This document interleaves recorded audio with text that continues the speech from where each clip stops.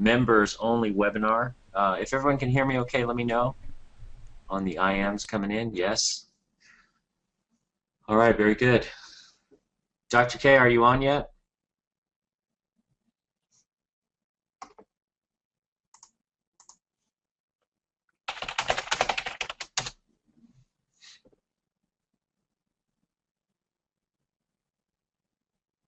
I don't see Dr. K on yet. Anyways, I'm going to go ahead and begin. He should be coming on shortly. He might be grabbing a bite to eat. You noticed today was a pretty exciting day with everything going on in Japan. We sent out a piece last night discussing some of the ramifications of it. We tend to think that it's a little bit overdone, a little bit exaggerated. Dr. K maintains that it's not as bad as 3 Mile Island, all of the media. And you have to remember the media is going to play it up because, you know, blood on the streets sells, and they're going to make things sound as bad as possible. So you really just have to watch what the market does, because you can debate all day whether the power plant in Japan is going to melt into the core of the earth or whatever. But ultimately, you just need to watch the market to find out how this is going to reconcile itself and how the market is going to handle it. As Dr. Ken, I looked at it this morning, it was something of a panic gap down. You already were coming down, you know, 5-6%. This morning, 7%, I think, or 8% was your low point on the correction this morning. As you pulled down, you opened up. My bar here shows a blue bar because it opened down here and closed up here. So whenever it opens higher than it closes, it does. I have it color coded like a candlestick. Oh, there's Dr. K. Hey. So it's about time. Were we at the bars or something late tonight? I know it's, what time is it in London right now? About 9:30? Yeah, what's that one guy said? Was I out drinking late last night when he saw the change in the model signal? That's right, when we changed the MDM. We're actually on live right now on the webinar, so we're going. Say hi to everybody. No, actually, my wouldn't you know it, right? My Firefox is, I love Firefox. It's very stable. It's better than Internet Explorer. But I clicked on the link to load it up a minute before, and of course my Firefox decides to crash. Okay, so well, I just had to switch to backup measures. So anyway, I'm on, and it's all looking good. All right, and everybody's here. We have, looks like 104 attendees, just about everybody. There are a few people who couldn't make it. I was just talking about, Dr. K, the market direction model going to a buy this morning. Of course, that brought in a lot of questions, wondering whether Dr. K was drinking too much last night, or whether it was a typo or something misfired there. But not actually. Dr. K studied these types of moves in detail, and I'll basically let him talk about why we pushed to a buy signal on the model today. Well, essentially, the model, under most conditions, will adhere to a basic set of rules. In other words, it's looking for follow-through days to trigger buy signals. However, once in a great while, the model has rules that override the normal rules. And these types of unusual rules that do kick in, that come into play, are, you could call them blue moon rules. They don't happen very often, but if you look at the market going back 100 years or even longer, and you look at certain situations that are crisis-oriented, like the one we had in Japan, plus you couple that with a fundamental backdrop on what's going on with the Fed, what's going on in terms of the reaction in the past to, say, these nuclear situations, earthquakes in Japan. You can go back to the one in Kobe. You can actually go back several decades and look at the different calamities that have struck Japan in the form of earthquakes, because it's on a lot of fault lines. Therefore, you get a lot of earthquakes that do occur. I mean, I remember being there as a little kid and experiencing my share of earthquakes over there.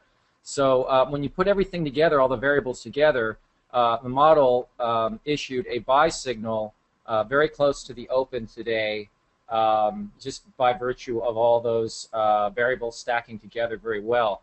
And that buy signal also had a very strong risk-reward profile. In other words, where the buy signal kicked in, the risk, the downside risk in that buy signal was 0.6%, or not even, about 0.5, half a percent on a 1x ETF like the Qs, or about 1.6% on a 3x ETF like the TQQQ.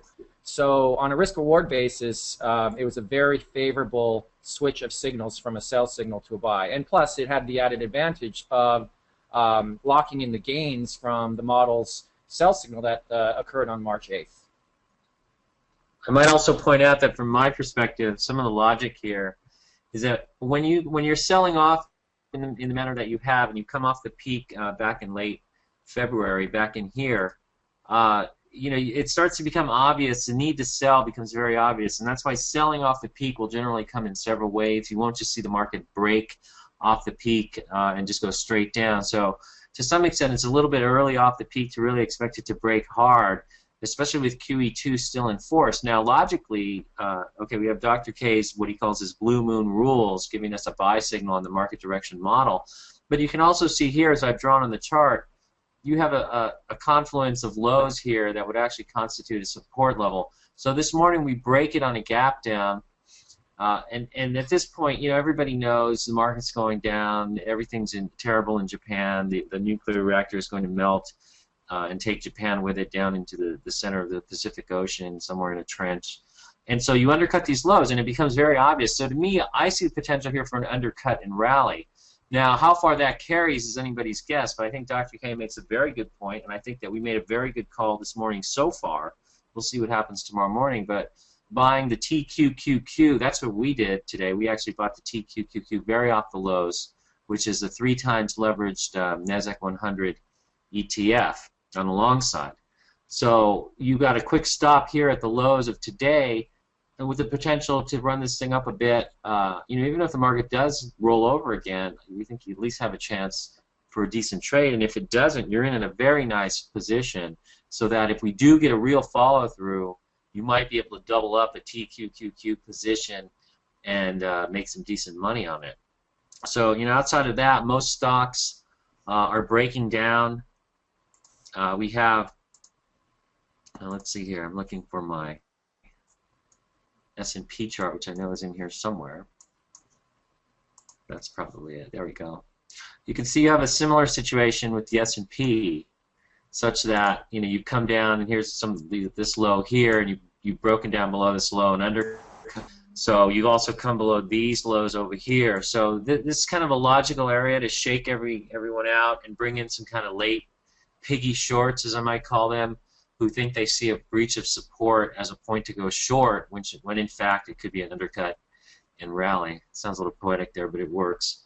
So again, we're focusing on the NASDAQ with the TQQQ, but you also see similar action in the S&P 500. So if we go to what we were doing today, we actually jumped in. The things that we jumped into were the TQQQ. Does everybody hear me okay? Is somebody saying audio trouble? Doesn't seem like it. But anyways, let's go. Well, that's a weekly chart. I'm looking for a daily chart. You're fine. You're coming in clear without any delays. All right, just to make sure. Somebody said audio trouble. They're asking a question. Where did my chart go here? I know there's a... Let me get these out of the way here. I guess I lost it. Let's go with this one. This one will work. Too many charts, too little time. But anyways, we came in and bought the TQQQ off the lows today, and so that came up nicely. So you might run into some of this. We'll see if it gets through here. That'll be okay. The other thing we were looking at also, and we tend to think that any pullback in silver or gold is a viable pullback from here. You had very strong thrust coming up through the breakout here. So here's your breakout level, right through here, more or less. So you're coming up through here. Now, to pull back is pretty normal here. You had one pullback in here, and now you pull back into the 20-day moving average. And you'll notice silver, once it gets going, it tends to actually follow the 20-day moving average. You can see over here on this side how it follows the 20-day. Now, this time, when you break down, you correct, then you come out again. Now you're back to the 20-day.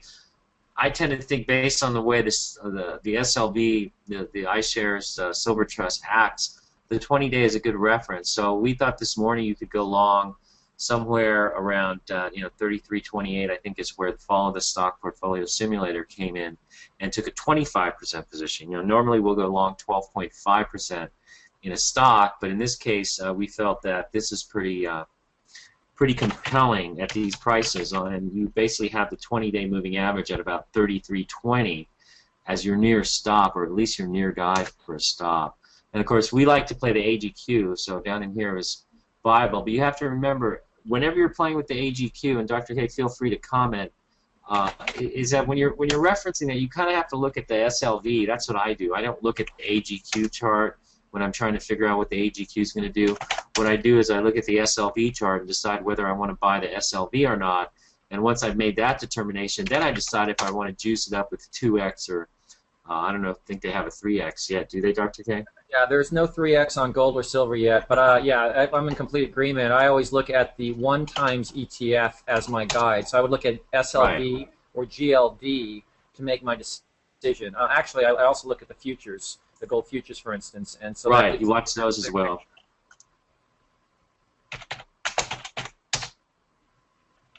Are you there, Dr. K?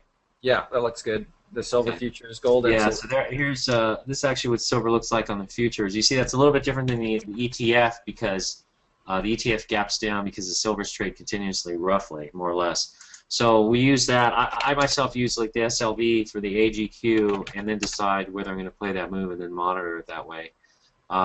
We think that it was a good buy this morning, and we'll see how that goes. You did have a pocket pivot in AGQ and SLV.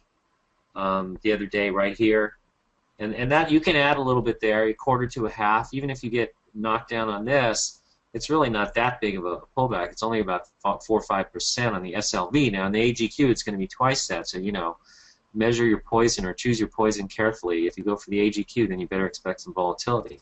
But this is kind of what we like the most here. I think is the precious metals playing the indexes here off of this low.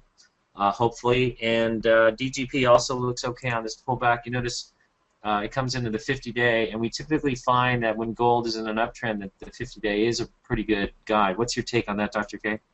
Yeah, I was just going to say that. Well, first of all, I was going to preface it with AGQ this morning. If anyone had a position in it, like I'm sitting in a position, and I see it slip. It had massive slippage when it started trading. That accounts for this long tail you see there.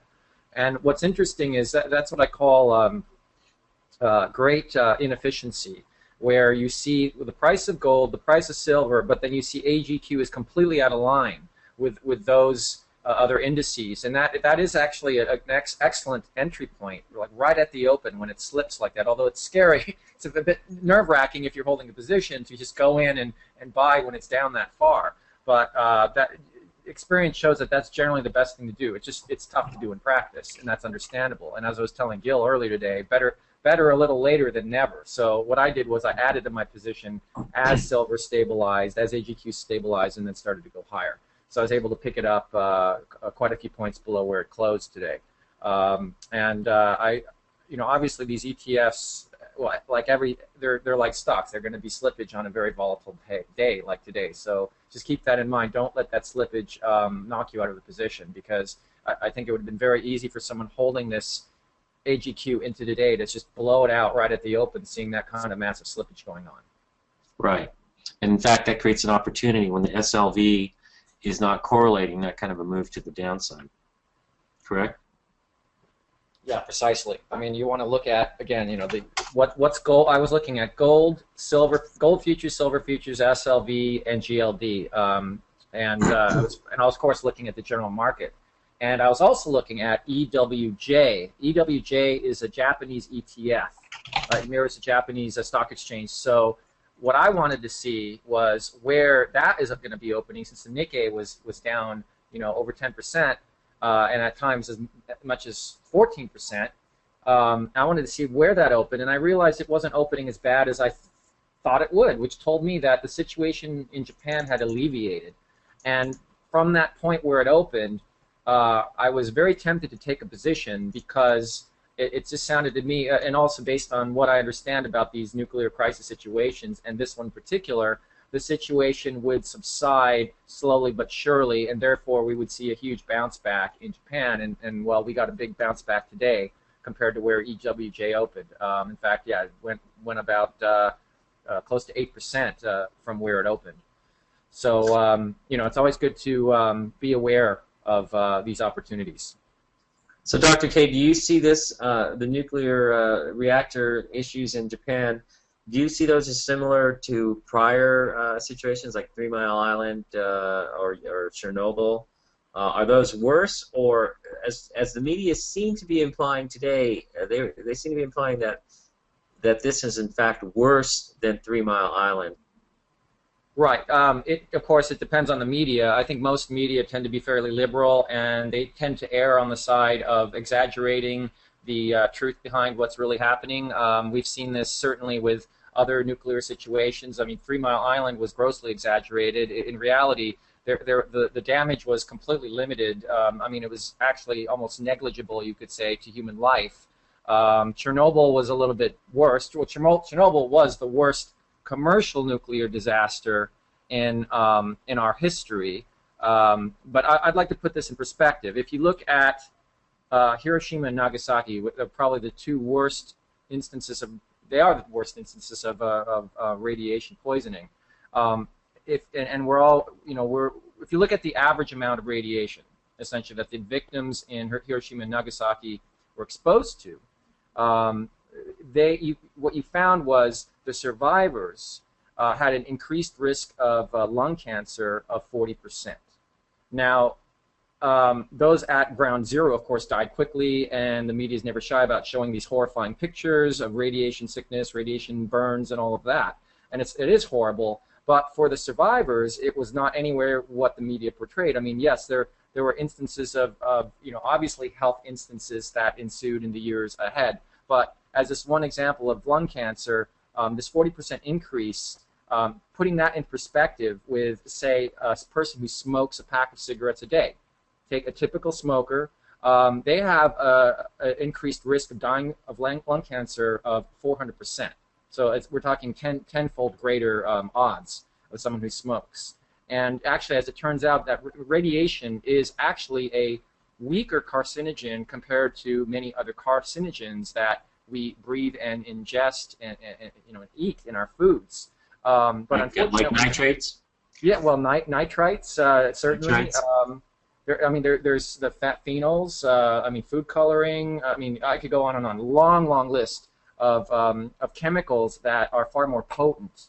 But the problem is that the fear of radiation is the strongest. As soon as we hear the words nuclear contamination, our brains go on red alert. And we think of mushroom clouds, we think of radiation burn victims, radiation sickness, and of course the dreaded cancer. So, and don't forget six-eyed fish. Exactly. I mean, you have the Simpsons. You have all this popular culture that makes radiation out to be far worse than it really is. For instance, you got the evil Mr. Burns running his nuclear power plant. You've got the three-eyed fish that swim nearby in the lake, and then of course Homer's low sperm count. So, it's not the most pleasant things to think about. But just to put it in perspective, the worst commercial nuclear disaster in history, Chernobyl, that was nowhere near how bad Hiroshima and Nagasaki were, and Japan's Fukushima nuclear power plant situation is nowhere near what Chernobyl was. So I hope that gives some peace of mind to people who are concerned about the radiation aspects of what's going on in Japan. The real tragedy in Japan is not, in my view, the nuclear problem, but it's the $180 billion in damage and more than 10,000 deaths that was due to the tsunami and the earthquake. Okay, so killer hot dogs don't get press, but killer nuclear reactors are something the press definitely likes to jump all over. So that kind of sums up how we see it then. Sorry, what's up? That pretty much sums up how we see the situation. So it may be more of an opportunity on the long side, at least for the short term, than something to be running for the hills from. Right, exactly. And also, it's interesting that no one ever talks about. Well, first of all, that we've had two major reactor accidents in the history of commercial nuclear power. That's 3 Mile Island and Chernobyl, and now you can throw Fukushima in there as well. That's a third.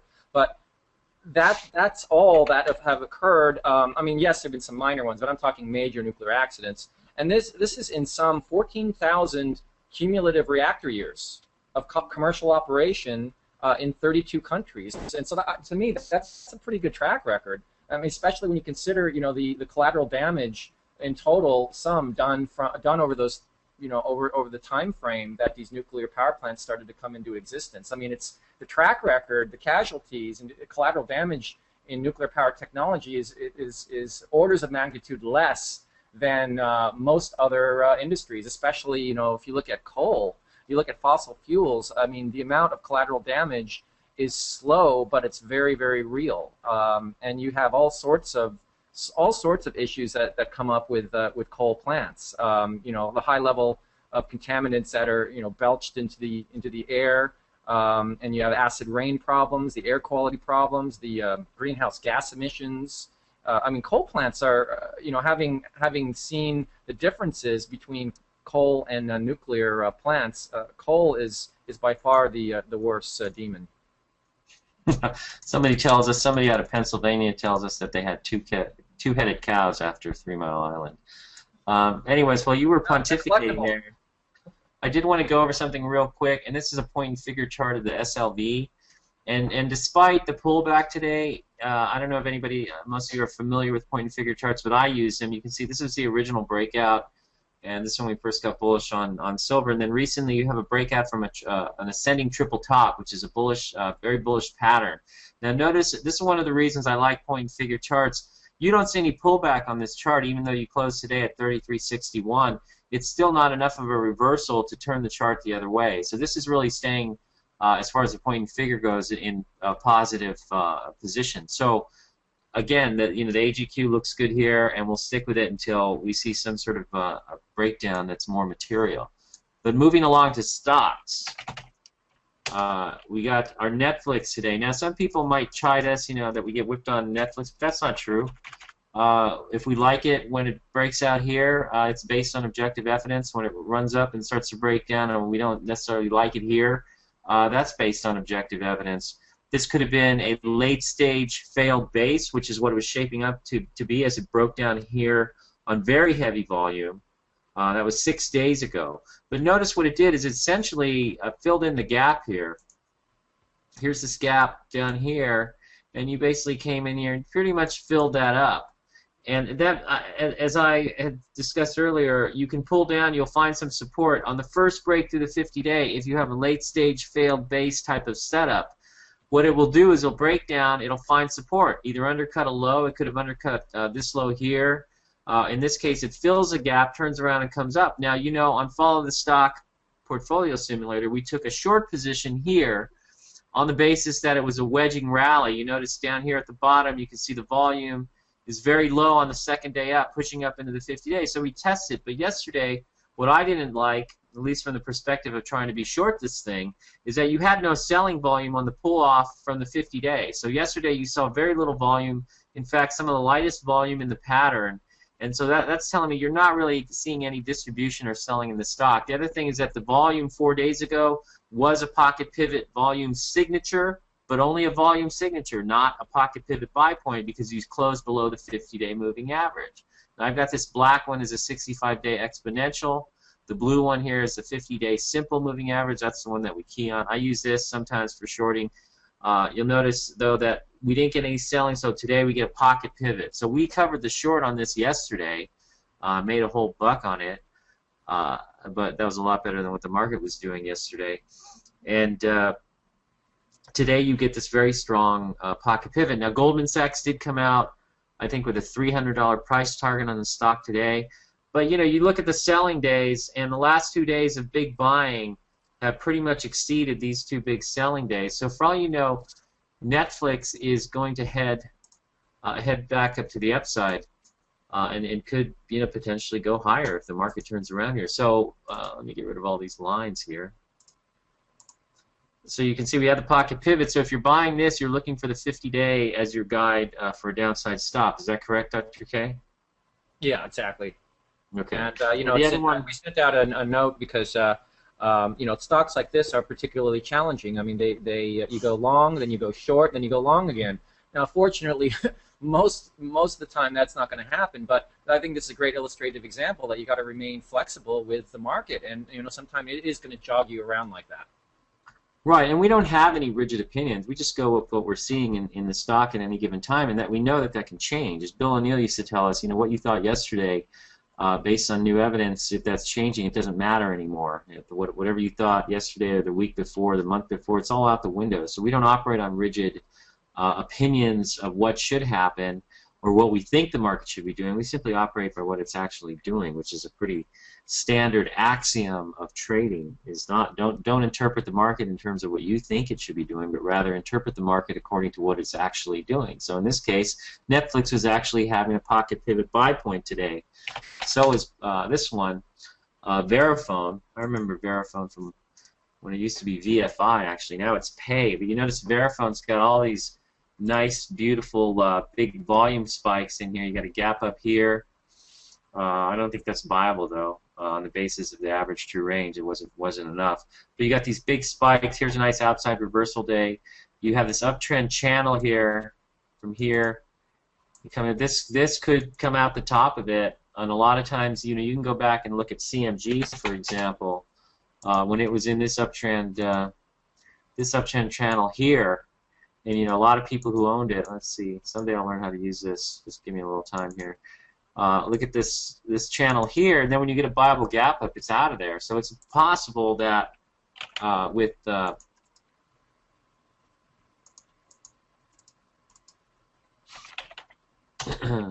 Verifone, you're coming out of this trend channel, it might start to pick up some steam and come out of here if the market goes higher. Now, a lot of this is predicated, when we're looking at these stocks on the long side, this is all predicated on the idea that today's low will hold. If we shift back to a sell signal and that low is broken, or as that low is broken, then, you know, everything's off the table at that point as far as the long side goes. We also picked up a checkpoint today. So this is kind of a reversal. Did this close up on the day, Dr. K? No, it closed exactly where you see it there. But, I mean, in other words, it closed fractionally lower, but since it had the long tail, it qualifies as a bona fide pocket pivot. So, and also you have a breakout here, and you pull back to the 50 days. So again, you could take this, take stock here on this one, buy it using the 50-day as your guide for a downside stop, roughly. The other ones that we saw today were Polypore. Same type of situation on a pullback. You have a gap up here and it pulls in, and you've got pocket pivot volume. Just barely cleared this level here, but it did make it. So again, this one looks okay. What would you use as your downside guide, Dr. K, on this one? Let me see here. I mean, I'm just looking at, you know, it's gotten support at the 50. I mean, you could. It depends on the market environment. If we're, for instance, if the market shifts back to a sell signal, and let's say in the days ahead this has gone above the 10-day, it's traded higher, and then the market shifts to a sell signal, you could very well use the 10-day violation as your sell stop. In other words, don't give it a whole lot of room. I certainly wouldn't, you know, the 50-day is probably, you know, too much room. Right. Now, if on the other hand the market remains strong, you know, then this should keep up with that, with the market as well. You know, it's a negative sign if your stock is not keeping up with the market.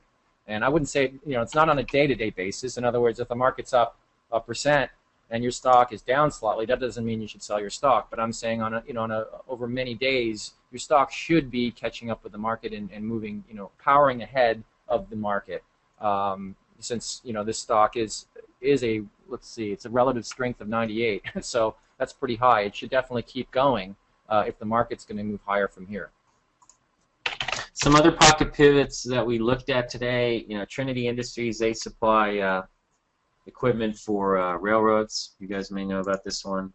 A similar move to Pay, actually kind of an outside reversal day on a pocket pivot volume signature. The only thing here is it's a quality issue on this one. You really only have a one-quarter earnings turn. Earnings were up 37% in the most recent quarter.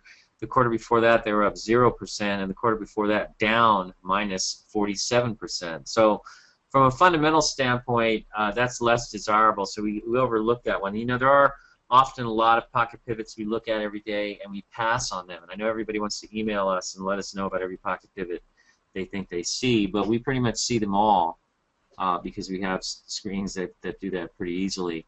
And then we have to go in and look at some of the fundamentals. Now here's another pocket pivot you might run into, but we want to make a strong point here, is that this thing's been in a downtrend. So this is really just your first day bounce off the 50-day. That's just a normal, you have a gap up here, it pulls back and shows support here. That's constructive. Not, would you call that a pocket pivot buy point, Dr. K? Would you buy this one here? Yeah, you know, it's a close call because I like how it got support at the 50-day. It had a gap up earlier, and you know, I'm not real crazy about you know, what their business is, and you know, it's violated the 50-day before that gap up, and it's violated the 50-day before. So it's a little bit trickier, knowing that the chart pattern's a little sloppier in this case. So yeah, it's a toss-up. You know, it's a valid pocket pivot. It's just it's not my favorite. I don't think it's the strongest selection. Right. Also, from an earnings perspective, earnings up 17%, 27%, and 14% over the last 3 quarters. That's not really what we're looking for. So, again, here's another one that we passed on. Interestingly, you saw Capital One Financial have a similar one of these types of pockets, but we're not going to mess around with financials these days. Another little small stock is Rubicon, but it's kind of a junky pattern. It's coming up the right side of a big cup. RBCN, this is a mini semiconductor. They make what they call monocrystalline sapphire products for LEDs, RFICs, blue laser diodes, and optoelectronics. Sounds pretty good, but again, this is more of a turnaround situation. I don't know if this thing's coming up off the lows. What do you think of this, Dr. K? Would you buy this one? Well, I wouldn't, and the reason is, well, first of all, it's a smaller company. It's I don't like the price volume action, the history of the price volume action. I mean, yes, it did have a gap up. That's the most favorable thing I can say about it. It did have a gap up on a good earnings report, but if you just go back and you look at the overall chart, it's liable to whip you out at some point because it's a typical semiconductor company. I mean, in the sense that I found even in the 1990s when I was trading, I could not get on board semiconductors and hold them because they're a little bit too erratic, a little bit too much beta in there, too much volatility. So when I see semiconductor, I always look at the pattern. I mean, this is just very typical. It doesn't interest me very much. Okay. A couple of things I noticed. One thing to look at when you're seeing the market do what it's done the last few days, and then today, which is we're looking at a potential big undercut. You'll see some stocks, and they could be building bases. It's not really clear, but you'll notice here you get a pocket pivot volume signature on Cummins Engine, and it's undercut, a couple lows, finding support on top of this other basing area. Keep an eye on this if it continues to build a base. You see some of that even in this stock, Molycorp, which is one that we've talked about many times, but you can see how it keeps shaking out along the lows. If it's able to hold up, it could end up building a base. Right now the base isn't exactly what I would call very tight. You don't have any tight areas, but you'd want to watch this and see if it sets up. But you're noticing things are shaking out along the lows of bases, and a lot of times that can be constructive action if it follows up by staying in the base and holding up and getting tight. So you kind of watch out for stuff like that.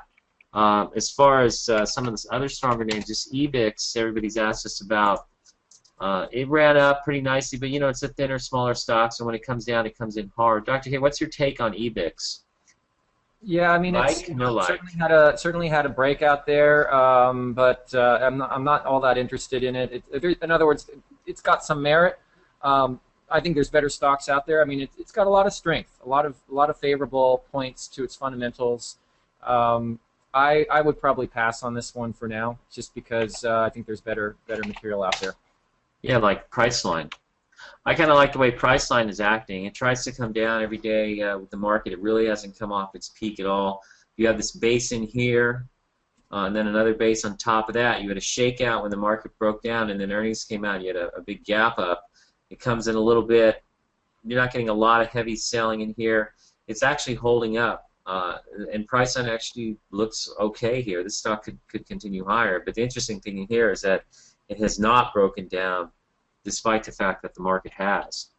So there's a couple other stocks we're looking at. We looked at ULTA. We sent that out as a pocket pivot, I believe. Was that over the weekend on Friday, Dr. K, I believe?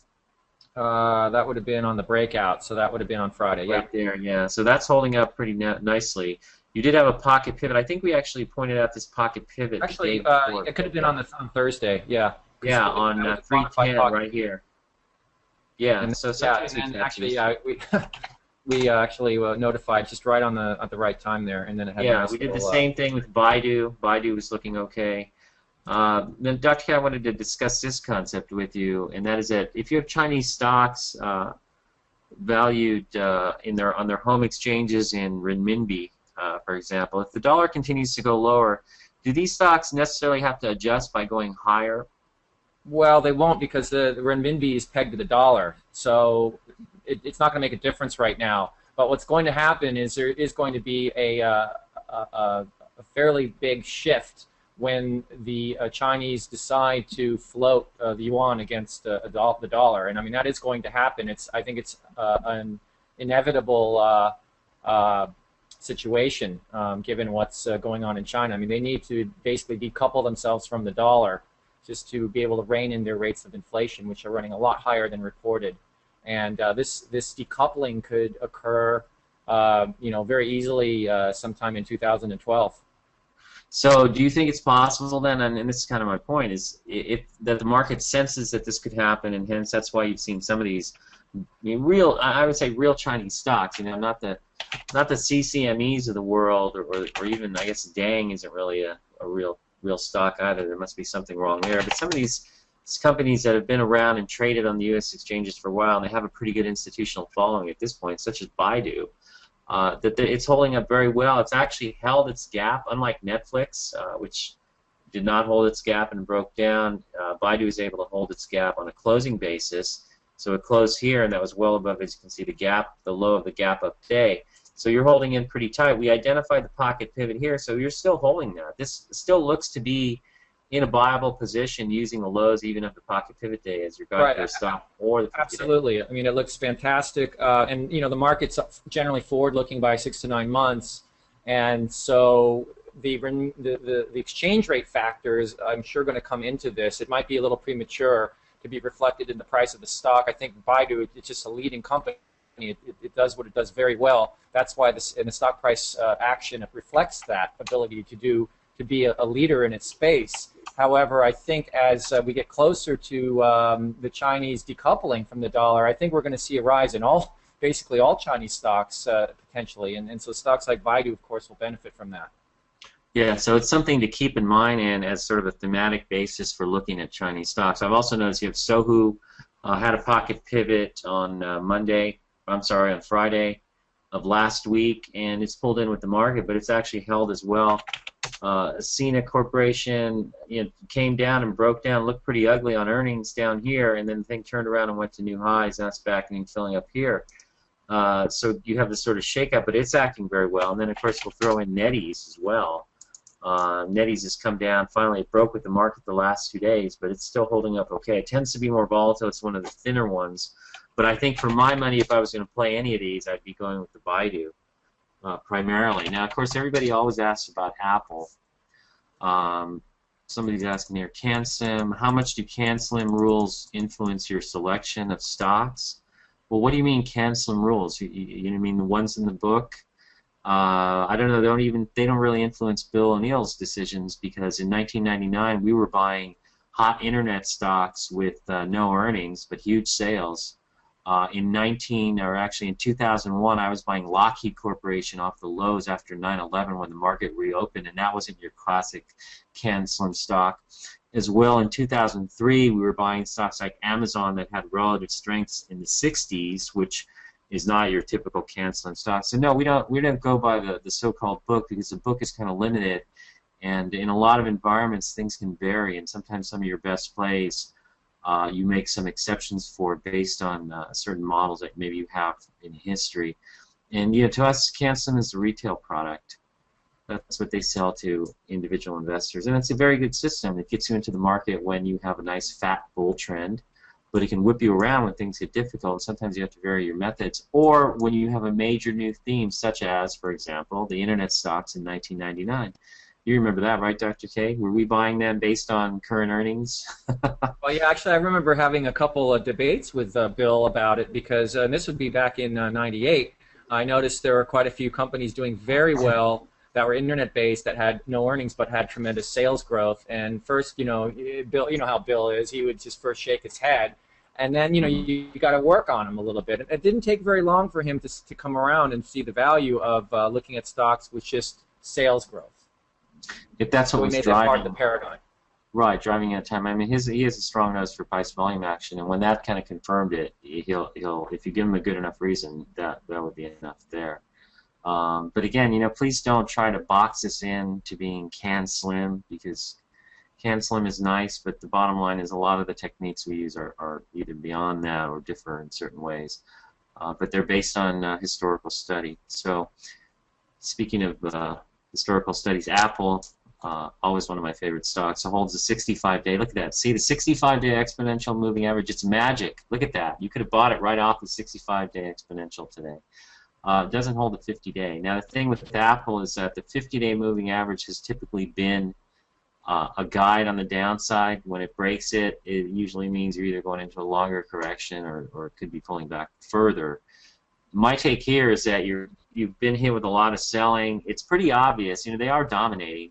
I have some iPads now, and like an idiot, I bought them just before the iPad 2 came out, so I guess I'll have to buy an iPad 2. Yesterday, I got a new phone at the Verizon store. I actually bought a BlackBerry. I think they call them Bolds now, but it looks like a plain old BlackBerry. I don't really go for the smudge screens where you have to touch the screen with your grubby fingers, so I prefer to touch little keys and little mouse pads that they have. But they were really pitching the Zoom also to me. They were trying to get me to buy a Zoom. Knowing that I had an iPad. But right now, Apple seems to be dominating in terms of the brand. So this may just continue to base. If you ask me, is this going down? I could say, I don't know. Is it going up? I don't know. It looks to me like it wants to go sideways. What's your take on Apple, Dr. K? Yeah, I was actually going to say that it's great that the 65-day, I actually have that on my charts as well because... I've converted you. Well, no, not exactly. I like using it as a secondary indicator, but what I notice is that ultimately I like to use the violation of the 50-day as my sell point. So in other words, I'm not using the 65-day, but what I notice is if you get a violation on the 50-day, that usually coincides with the 65-day not working either. Exactly. So it tends to invalidate both moving averages at the same time. But that's essentially the idea behind the violation. You're not waiting for it to pierce the 50-day. You're waiting for it to violate the 50-day. And the same applies. Right, and usually that takes you down to here. Yeah. So anyways, but that's what Apple looks like. If we go through some of the big NASDAQ stocks, Google, last week I didn't really care much for the action in Google, and of course it has come down. You could have shorted it, made a little bit of money here, but you're coming off the 50-day moving average, or not the 50-day, but this red line is the 200-day moving average, coming down also and testing this other low. So you might trek back to the upside. Not really clear. I do want to go over some of the short sale ideas that we had put out last week. We did try Netflix. It didn't work. We pulled it off. So no skin off your teeth on that one. CRM to me is still holding in a downtrend. We put this out at 130.76. Now it could rally in here. I would probably be stopped out at the 65-day exponential here on a rally, looking to possibly reshort. But the other thing here is that you don't know whether this is really going to break down or whether it's just another base. And you would see here that it's pulled back to the top of this other structure here. So you could get something where you get, I don't know, looks like this would be your third bottom or second bottom here, a triple bottom type of situation. Let's see, 1, 2, 3. Maybe you go, here's your first low. I don't know. This is kind of funky because you have these rallies in here, but you might try to come up here. But if you look at the rest of the group, for example, look at VMware. I thought VMware would try to at least make a stand here, right around this 82, 83 level on top of this structure, and then try to rally to the 58. It didn't do that. It broke down through the 200-day today. That's a little bit obvious. If I were short this one from up here, I'd probably take my profit in here. Another one that's been the weakest, in my view, is F5. But see, F5 came all the way down, and now you're bouncing off the 200-day. So if you're short this one too, this is not really a high probability area to be short. A lot of these stocks will take time. F5, you've got the left shoulder here.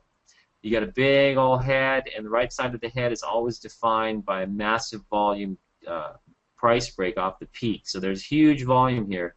Now here's your first right shoulder. You could make 2, 3, 4 right shoulders before it breaks down. So here, if you're trying to short it here, not going to work. You're better off covering.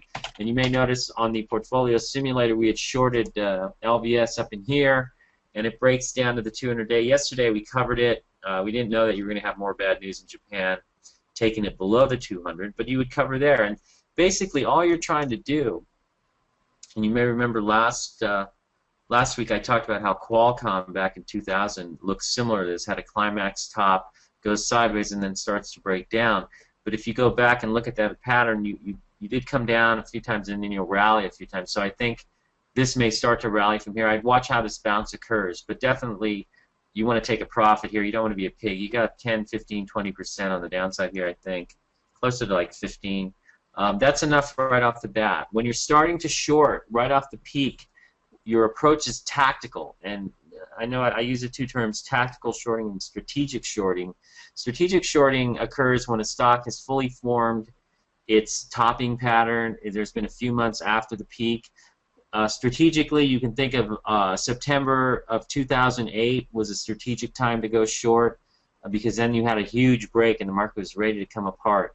Tactically, that's how you approach it initially. You're looking for breaks in these patterns as they start to break down, and usually these patterns will have breaks and rallies, and so what you're looking for are points where it breaks down to go short, and then you're looking for near-term areas where you'll find logical support. Like, for example, on the Netflix, that was a breakdown, and then it found logical support right on top of this gap here.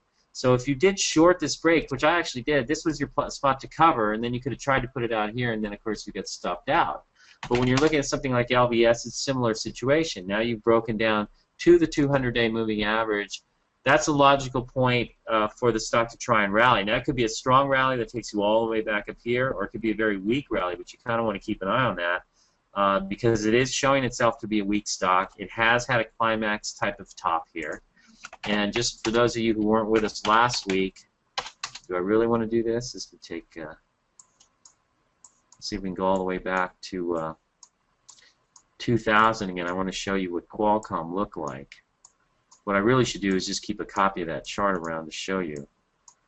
But let's see, we're in 2006 now. Now we're in 2005. Don't fall asleep on me, everybody. Let the system catch up. Here we go again. 2003. We're getting there. We're getting there.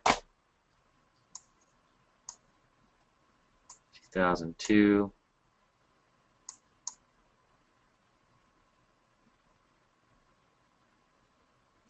I think I'm straining E-Signal's brain here. All right, here we go. It's working. It's working.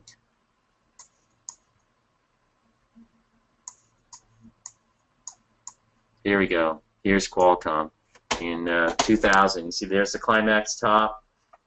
And this is what I'm talking about. So if we look at LVS, okay, it would be comparable to, okay, LVS, just like Qualcomm, has this big climax top, then it forms a base, and it sucks some people in here, and then it breaks down. Now notice when it gets down to the 200-day, that's a logical area from which it can rally. So look at the rally. And the rally's a pretty good rally. It's about 20%, about a little under 50 here, up to 60. And if you're short in here and sitting around, you're going to get your head handed to you on this little move. It's enough to do that, 20% if you're shorted. But you see that this becomes a logical area to cover. So now you're going to watch on LVS, just like you do with Qualcomm, or you would have it with Qualcomm back in 2000. How does this rally carry out? And then does the stock break down again and head lower, in which case you need to be trying to short it up here, or shorting the next break through the 200-day when it actually does go through. Because initially you see it find support. So if you keep that image in your head and you look at LVS, well, where are we right now? Well, we just hit the first time down at the 200-day moving average. So you're looking for some kind of a move up, and you might watch the 10-day, which is this sort of pinkish line here, or the 20-day, which is a green line. Stocks that I have found that stocks that are in a nice downward move with a lot of velocity to the downside. Usually the 20-day is what they'll run into. You'll notice back in that Qualcomm example, that's exactly what Qualcomm did. after the first bounce off the 200-day. But right now, overall, the shorting game is really early, and so you don't really want to be too aggressive. You want to take a tactical approach, and then once you have a 15% profit or so, you want to take your profits and don't be a pig, because it's still a little bit early and you have some time to wait for things to set up here. One stock I do like is Green Mountain here. Big gap up on the deal with Starbucks, co-marketing, manufacturing, you name it. They're definitely getting into bed together in a big way. And so I think it also means that Green Mountain, to some extent, has won the single-serving war. Now, what you have here is a Bible gap up. Dr. K, Bible gap up or not a Bible gap up? Well, you know, it's interesting. I mean, given the prior price volume action, I think it's a constructive gap up, even though it's way up there. What makes it challenging is that when it opens, it's you know, on a percentage basis, it's difficult to buy it at the open. And as it trades throughout the day, I mean, it just keeps going higher. So if you look at the intraday on the day it gapped up, that makes, I mean, it's a very challenging gap up. And what I sometimes do, especially like on a case like this, I didn't buy it that day.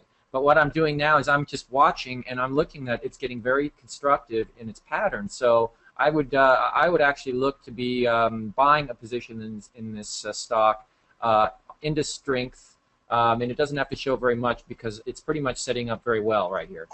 Right, you have the big gap up. Your reference low is around 55 or so, and you're drawing up on the selling. This almost looks ready to go. I've been actually playing around with this. I'll come in and buy 5,000 just to kind of get a feel for it. And it doesn't seem like there's any thrust on it yet, but if it starts to come out here, I want to be in it. I want to back up real quick. Somebody asked a good question, I think, and they said, doesn't LV good fundamentals? This is a very strong point to make on the short side. We buy on fundamentals and technicals. We sell only on technicals. So I don't care if the fundamentals are strong. It's not going to matter. Stock starts coming off. The price volume action tells you everything. But anyways, getting back to Green Mountain, this could be worthwhile. Something to keep in mind also is that Green Mountain had something like 7.2 days of short interest, and it averages 4.6 million shares a day. So do the math on that. Dr. K, what's 7.2 times 4.6 million? Oh, that's like 30-something, 33. Yeah, 33, 37 million, right? No, yeah, 33 million. So you got about 33 million shares short on a float of 110. Is that right? Say that again? About 33 million shares sold short on a float of 110 million. Yeah, something like that. So that's quite a chunk. Let me see here real quick. 7.2 times, and you got the average. Well, the average is 4.6. So yeah, times 7.2. So we're talking 33 million. You know, 33 million shares. Yeah, and you had quite a bit of volume on this day here. I think, what do we have? Something like on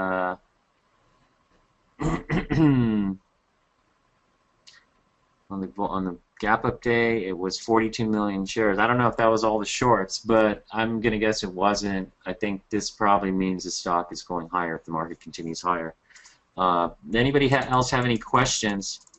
FCX is something somebody's asking. Is that a pocket pivot off the 200-day? What do you think of that, Dr. K? Well, you know, it's one of these commodities-related plays, but it's been, you know, it's not real strong a stock, and I don't like that. I mean, it did get some support off the 200 there, but it's got some overhead resistance it has to contend with. So there's better commodity plays than this one. Okay, you like Jazz? We also note we're getting some questions here, which is good. We encourage you. Jazz is still acting fine. It's now been up 12 out of 15 days or better. You can see my little ants, and I do want to point out that we do have this available on the website for a download if you use eSignal. It's a .efs file that will put these little triangles whenever you have a stock that's been up 12 out of 15 days in a row or better. And you're seeing that in Jazz. And this stock is a monster. It just doesn't want to stop. I mean, it doesn't even know that the market's been selling off. Somebody must have forgotten to tell it. You know, in fact, it did the same thing. Jazz did the same thing in, I think it was, well, it's toward the end of February. I had a position my starter position at that point, and it basically wasn't selling off with the rest of the market. Because if you go back and say you look at the NASDAQ, you had those two deep down days on the 22nd and the 23rd, and Jazz was actually up on both of those days. So that told me there's a lot of strength going on in that stock. And again, all these charts are contextual to the general market. So the fact that my stock was not selling off on those days told me I better hang out in the stock and not let the market scare me out. So yeah, now the question is, yeah, I mean it's had pocket pivots, but they were a bit extended. So I wouldn't have been adding there. But my view is where to pyramid this position, because I think it's going to go a whole lot higher. Sure looks that way. If you look at Aruba downwards, that one's acting well too. Pullback today off the 20-day, actually held above the 10-day. After a pocket pivot over here, you had a pocket pivot buy point here. That's a continuation buy point coming up through the 10-day. Follows up with strong volume the next day. Now notice how volume is drying up. Aruba still looks good and probably goes higher if the market turns. Your strongest stocks will go higher. I know there's a temptation to buy something like that or to buy something like that because you see them down. But the bottom line is if the market turns here and if the market direction model's buy signal holds out or holds up, then these are the stocks that are going to go higher. Okay, not these other stocks. They're going to have some overhead to plow through. You want to be coming in after stocks like this, Riverbed, I think, is also acting okay.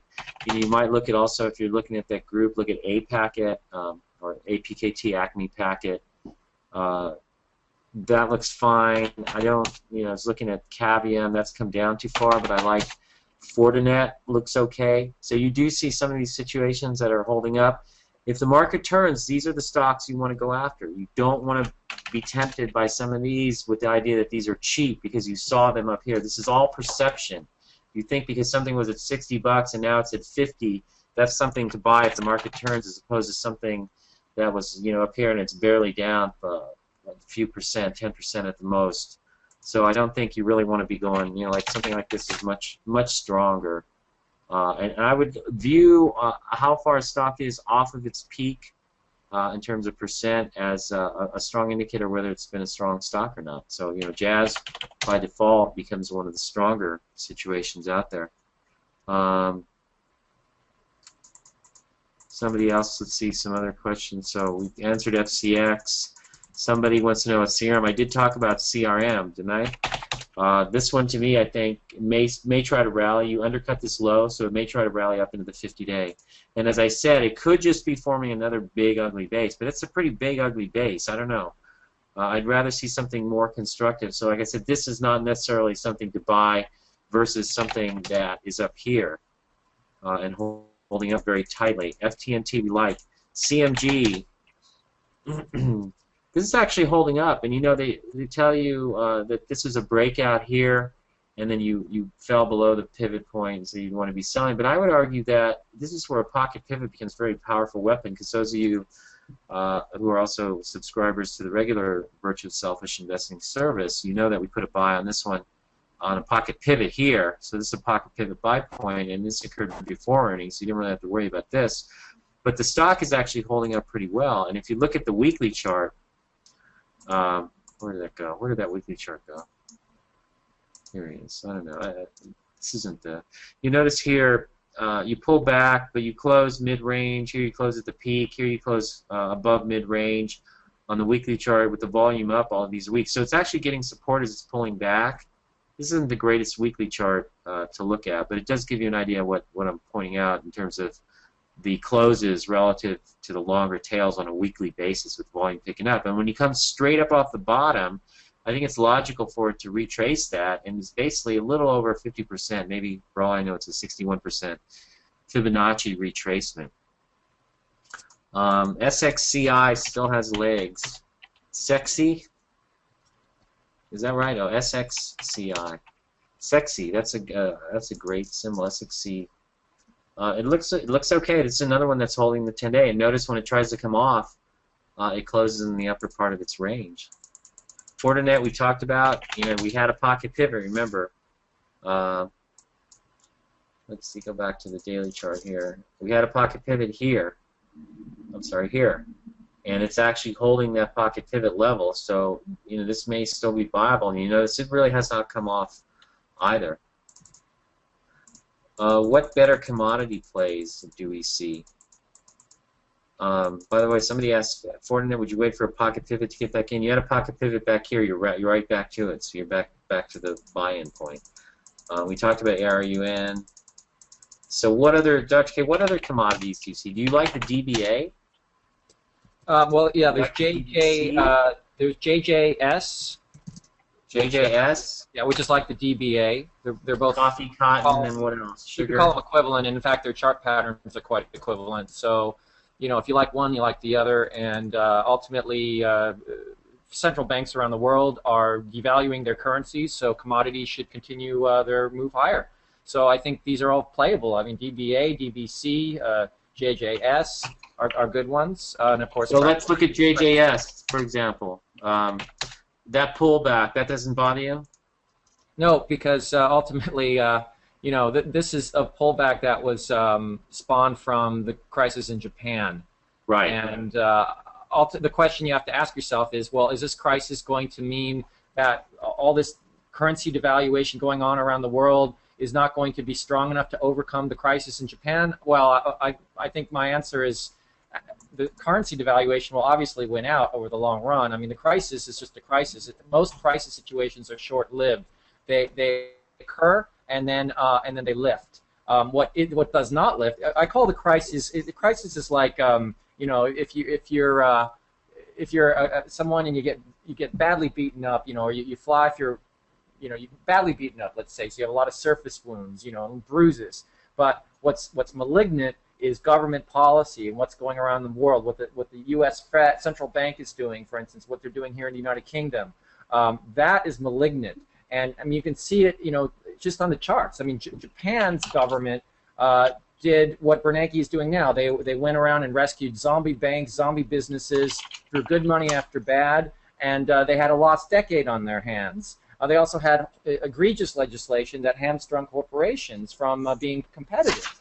So, now after the first decade was lost, then, we're actually, the country's looking not at just one lost decade, but 2 lost decades going on a third now. And the question has been raised, is the U.S. going to have a lost decade on its hands?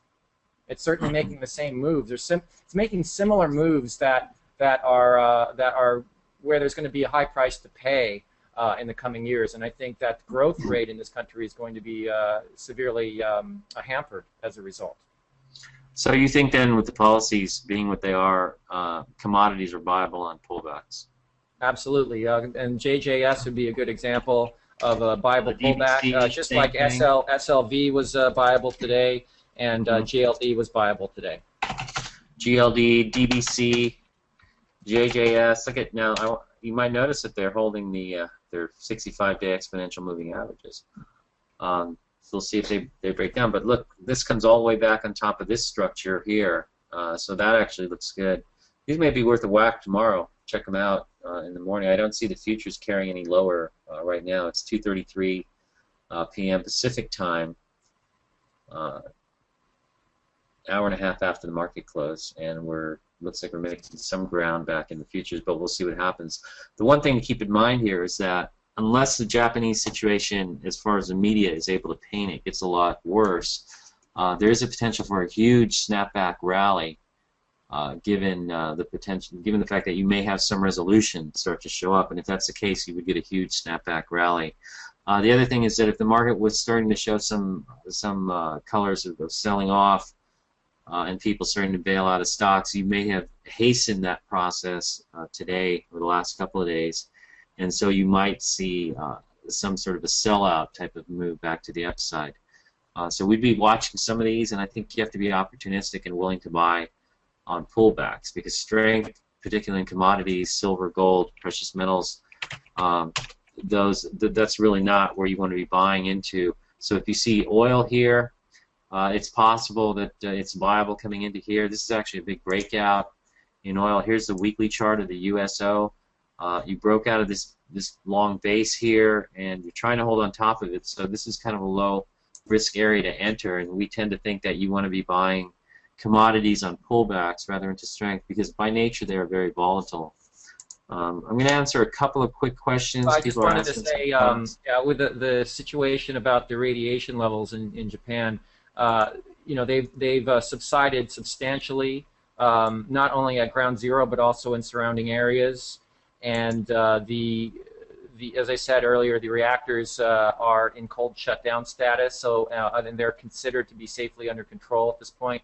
So I think the worst is behind Japan in terms of radiation. I mean, of course, there's going to be discussion about you know, long-term collateral damage on radiation and what it could potentially do to people in Japan and or possibly the rest of the world. Of course, there's going to be a lot of that. That's typical. That always happens, but it rarely, well, it doesn't really prove out. I mean, it's just conjecture. It's all this theory about, oh, what could happen, but historically speaking, very little actually does happen in terms of the collateral damage. Now, of course, you know, any life that's lost or anybody who gets cancer as a result of this, that's a tragedy. But in terms of the sheer numbers, the numbers are speak for themselves. It's far fewer casualties from these kinds of disasters than we would get from you know, long-term casual collateral damage from fossil fuels and well, and the things we ingest on a regular basis. Okay. One final couple of quick stocks here. Halliburton, someone's asking about pullback to the 50-day, and it's holding. Notice it gets supported 65-day exponential. Here's your breakout here. So this is your first pullback into the 50-day. Theoretically, it's viable. Technically, it's viable. So I'll also look at Baker Hughes. Is a little bit stronger. Notice how it pulled back into its 50-day moving average. It's been rallying for the last 3 days. Also, quickly, the solars. First Solar, you know, this thing broke down very hard, and now these things are going bonkers, mostly because First Solar's the primary one, but you're seeing LDK moving pretty sharply. What are the other ones?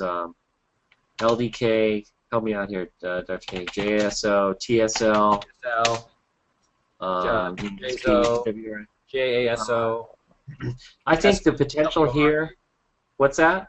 SPWRA. Spewer, yeah. I think the potential here is that once this kind of blows over, people kind of fixate on something else, and that seems to be what this is here. I don't necessarily think that because people are starting to speculate now that nuclear is going to be out the window, and we're going to start shutting down nuclear plants everywhere, that suddenly we're going to carpet the world with solar cells. The bottom line is that solar is still not economically viable. The industry really can't get by without subsidies. There are some interesting technologies out there. You know, JDS Uniphase is making these concentrated photovoltaics, which use a sort of a telescopic optical device that takes the light and concentrates it, gathers it from a wide area and then concentrates it, which is interesting technology. But the bottom line is this isn't going to replace nuclear or oil or coal for our energy needs or natural gas for our energy needs anytime soon. It's something that can make, you know, can help out in certain situations, and developing countries use it to power things like cell phone towers and whatnot. But this isn't where your primary energy is going to come from. So the idea that suddenly solars are going to benefit from nuclear power plants getting pushed out now, I don't think that's going to happen at all. And in fact, the nuclear reactor in Japan did not fail because of the earthquake. It failed because of the tsunami. Dr. K, you were going to say? Yeah, so that, you know, 14% of the world's energy comes from nuclear power, and China actually plans to quadruple its nuclear capacity by the year 2020. So, you know, it's viable. It's always been viable. It's actually the cleanest, ironically, in terms of collateral damage, one of the safest technologies out there. And the problem is that the liberal media gets a hold of these stories, and, you know, fear sells papers. Fear sells circulation. It drives up circulation, and they're very good at painting a very morose picture about the damage that is done. I mean, when someone gets cancer, that's one of the greatest fears. And certainly, you know, there are cancer victims as a result of radiation, but there's far more cancer victims as a result of many other things that we take for granted, that we, you know, through anything from drinking alcohol to smoking to the preservatives that are packed into our foods, have far greater, more far-reaching implications on a cancer or carcinogenic level. So I think hopefully, with the internet and with the amount of information flow, the truth will not be suppressed, and nuclear power will regain its foothold, even shortly even despite this disaster that's occurred in Japan. Right, which is to say we would not rush into solar stocks. So it's 2:39 Pacific time now, so we're going to wrap up. Anybody whose question we didn't get to, if you would be so kind as to email us and let us know you were on the webinar today and you had a question. If you have a stock, we don't like to give personalized advice. We will only tell you what the stock is doing objectively. We're not going to tell you whether to buy, sell, or hold. That's not what we do on the website. But we do want to thank you for signing up for the service. As we go forward, we'd appreciate any input from anybody out there in terms of what you would like to see, whether we're covering the sorts of things that are helpful to you, and what might be some useful topics going forward. So on that note, I want to thank everyone for showing up today. Oh, and Gil, one thing. Yeah. I just remembered. We did get one question in email, and I have it right here. It's basically last one then. Real estate. That I said hard assets are good investments, and I included real estate. And I meant real estate only in the sense that as a currency falls, hard assets such as real estate will hold their value. In fact, they should go up in value against that currency that's falling. But I mean, if you're obviously going to invest in real estate, you got to use the rule location. And real estate in the best areas are going to thrive in that kind of environment where the currency is devaluing. Yeah, and I might say, at the very least, if you're sitting on excess dollars and you don't own your home, you should definitely pay it down and try to own as much of it as you can, if you can't own it outright. And in terms of having a real estate asset, I would say if you live in one, you're probably going to be better off owning it rather than having your money in cash or dollars. So that's my view. I own my home, and that's kind of my view. It's one of my hard assets. Anyways, everyone, thanks for showing up. We'll catch you next time. One thing I would like to know, though, or Dr. Kane, I would like to know, is how much of a lead time do you need before we schedule one of these? If something is developing in the morning, there may come a time when we want to do a webinar that afternoon, and we'd like to know whether that works for you or not, and whether we need to have a certain amount of time of 1 to 2 days beforehand. We would like to have flexibility in order to schedule these as needed. So please let us know. All right? Thanks for coming, everybody. We'll catch you next time. Thanks, everybody. So long.